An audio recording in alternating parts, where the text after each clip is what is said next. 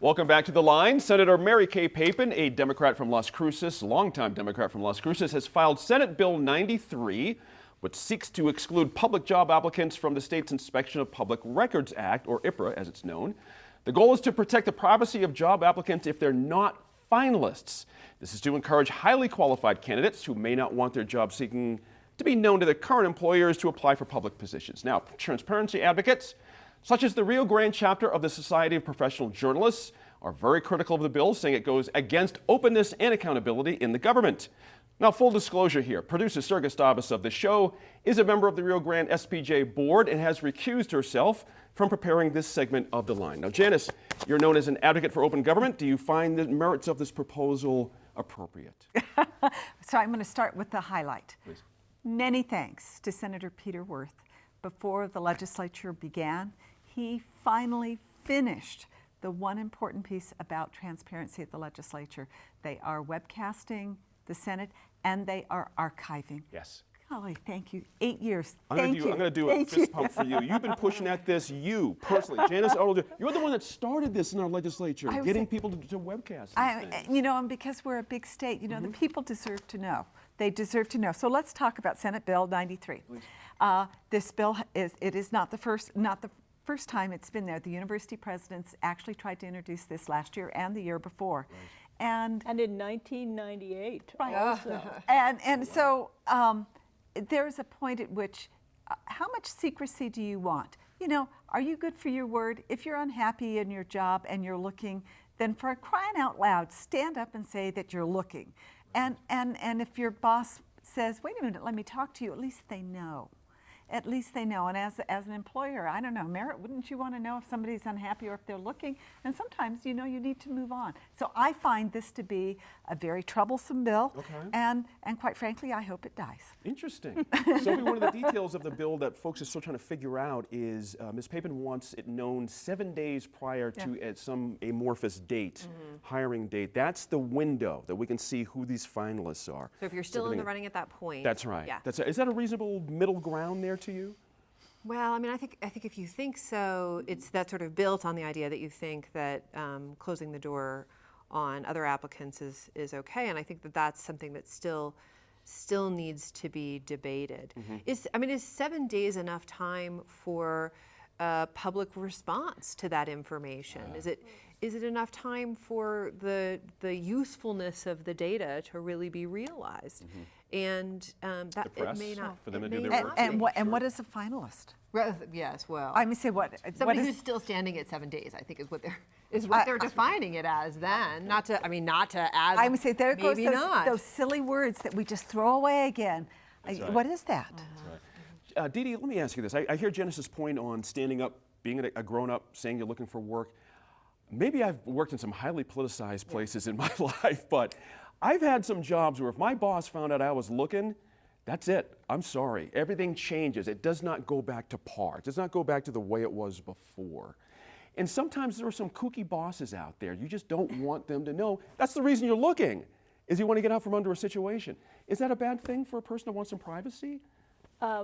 Well, you have to balance that need for privacy with the public's right to know whether the people that are being considered or hired are cronies of the people that are doing the hiring, are competent, are incompetent. I mean, how many times have we sat around this table and talked about the incompetence of the superintendents of school districts or the criminal records of people who are finalists? Doesn't it help to have a few eyes on that before a decision is made, before a golden parachute is arrived at? I think it might help. Does the 7 days work for you? Is that a window that can be something to be accomplished? No, I think the 7 days is only applicable if you approve of the whole concept. Right. And if you know who the finalists are.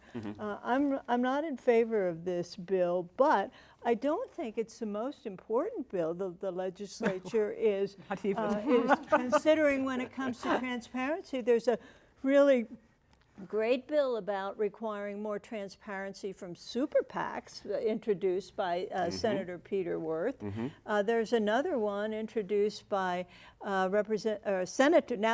Jeff Steinborn about making lobbyists at least disclose what issue it is that they're whining and dining legislators on. Those things are important transparency measures that I think even supersede this I one. say, but let me just clarify, as we talk about this particular bill, this applies only to government-paid taxpayer Thank you. employment, not in the private sector. It does not touch the private Good for sector. you. That's actually a big distinction. Yeah, Huge. yeah, absolutely. You know, Merritt, you're an employer. Also, you've been an employee in your past, I'm sure, as well.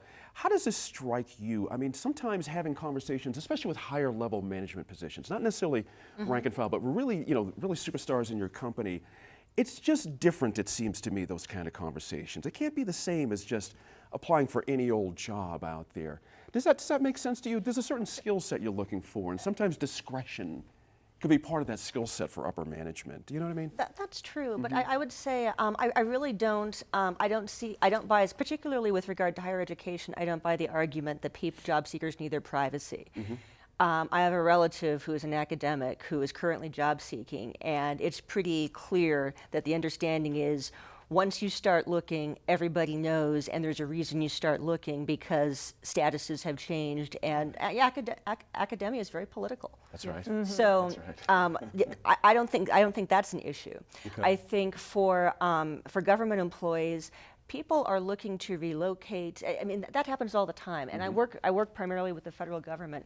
My biggest issue is employees getting poached by the government because they like my contract employees so much. I see. So Yes. that's the has issue happened. I have, and so Right. I try and compete with that. So, and I look at the motivation behind this and the story down in Doñana County, and I'm thinking, what are you trying to hide? Right. Yeah. Right. I mean, that's my big takeaway. And I'd go back to, with regard to legislation that's important for this session of 2017, you have one job, pass a budget. Yeah. Thank you. know, Thank you. Let's go to that story, the Las Cruces story with Ms. Papin's son-in-law. And there was a dust-up with Heath Hausman, Sophie Martin, one of the great journalists from New Mexico. Always down doing there. really Yep. interesting reporting. Basically, what had happened was there was a request and a suit to find out who the applicants were for a city management job in Las Cruces, and it didn't happen. And now the thought is, well, did the son-in-law have a conversation with Ms. Papin about this? Is this something, as some cover? Do you know what I mean? It gets Yeah, there's a little weird bit that of way. ambiguity around that. Like, maybe we had a conversation about the topic in general, but not necessarily advocating for this particular issue. I think actually that example is a great one. We're not talking. Generally, we're not talking about very vulnerable people who are applying for the city manager position, who are, who really are in there with a good shot. We're talking, you might be more vulnerable if you're moving from a minimum wage job to a slightly better than minimum wage job within city government.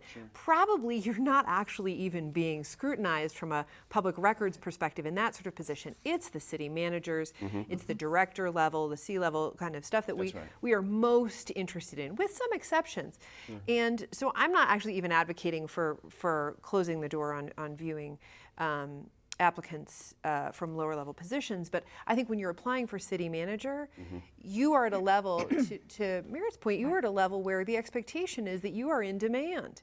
And if you're not at that level, you're probably not being viewed very seriously in that position That's a good anyway. point. So I think in that particular position, it's a great example of the type of position where you do want to know who is in the running. It strikes me as I'm listening to you, it also potentially stops another thing from happening. That there are certain people who like to fish a lot. Do you know what I mean? They like to apply for everything Yes. that's out there. And if your name's going to be out there in all these different places, you might want to pull back from that thought. Do you know what I mean? Yes. So that could be another unintended consequence. We'll see how this all plays out. That's all the time we have. Thank you, guys.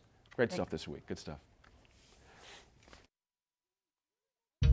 I'm Gene Grant. Thanks for joining us for New Mexico in Focus. We appreciate your time and effort to stay informed and engaged. We'll see you next week in Focus.